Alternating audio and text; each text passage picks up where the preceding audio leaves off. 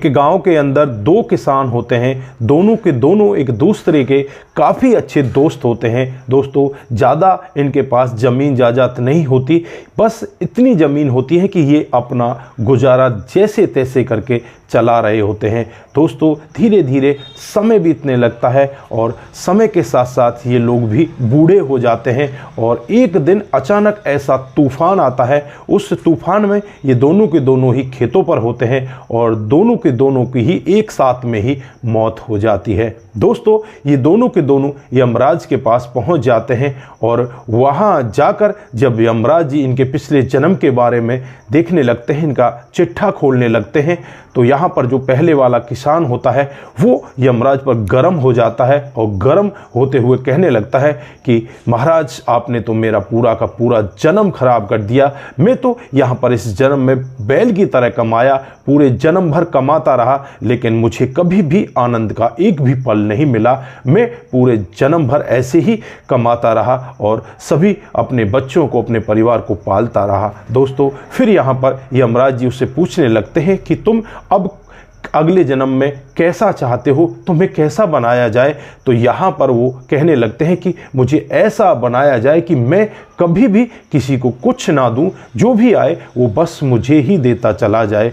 दोस्तों, यहाँ पर जो यमराज होते हैं उसे तथास्तु कह देते हैं कि ठीक है, तेरे जीवन में ऐसा ही होगा। दोस्तों, अब नंबर आता है दूसरे किसान का। तो दूसरा किसान वहाँ पर यमराज के सामने हाथ जोड़ने लगता है और कहने लगता है कि प्रभु, आपका बहुत बहुत धन्यवाद, आपने मुझे इतना अच्छा जीवन दिया। इस जीवन में आपने मेरे साथ बहुत अच्छे अच्छे काम किए, मेरा जीवन बड़े अच्छे से चलता रहा। मेरा कोई भी बच्चा किसी भी दिन भूखा नहीं सोआ, भूखा जगा तो था लेकिन कभी भी शाम को भूखा नहीं सोआ, हर दिन उसका पेट भरा। आपका बहुत बहुत धन्यवाद। यहाँ पर यमराज जी उससे खुश होते हैं और उससे कहने लगते हैं कि तुम अपने अगले जन्म में क्या चाहते हो, तुम्हें कैसा जन्म मिले, इस जन्म से खुश होना। तो यहाँ पर वो कहते हैं कि हाँ हाँ, हम बहुत खुश हैं। तो अगले जन्म में तुम क्या चाहते हो। तो यहाँ पर दूसरा किसान कहने लगता है कि जनाब, मेरे घर पर कई बार भिखारी वापस भूखे चले जाया करते, क्योंकि मेरे पास इतनी धन दौलत नहीं होती थी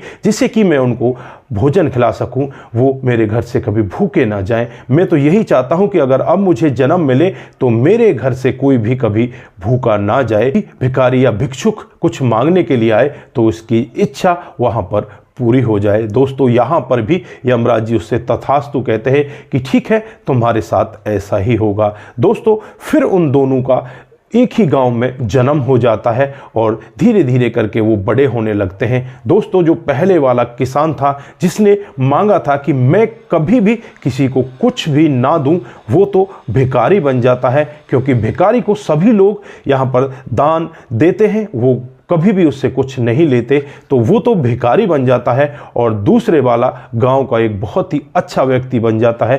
जो भी उसके घर पर जाया करता, उसे वो वहाँ से खाली हाथ कभी भी नहीं लौटने देते। उसे वहाँ पर वो सब तरह से, जैसे भोजन है या कुछ पैसे देकर ही उसे वहाँ से विदा किया करते। दोस्तों, इन दोनों का जीवन बड़े बेहतर तरीके से कट रहा था। एक तो भिखारी बन जाता है क्योंकि उसकी इच्छा ही ऐसी थी, उसने भगवान से मांगा ये मांगा था कि मेरे घर से कोई भी भिक्षुक कभी भी भूखा वापस ना जाए। उसके साथ भी ऐसा ही होता है, वो वहां पर एक बहुत बड़ा साहूकार बन जाता है। तो दोस्तों, ये थी आज एक छोटी सी कहानी। इस कहानी में बहुत बड़ी शिक्षा भरी हुई है, क्योंकि कभी भी हमें लालच के वशीभूत होकर भगवान से कुछ भी नहीं मांगना चाहिए। हमें भगवान से वही मांगना चाहिए जिससे कि हम दूसरों का भला कर सकें। तो दोस्तों, आप लोगों को ये कहानी कैसी लगी? अगर आप लोगों को जरा सी भी अच्छी लगती है तो दोस्तों के साथ ज़रूर शेयर करके जाएं। दोस्तों, आपका एक शेयर हमें आगे बढ़ाता है और इसी तरह की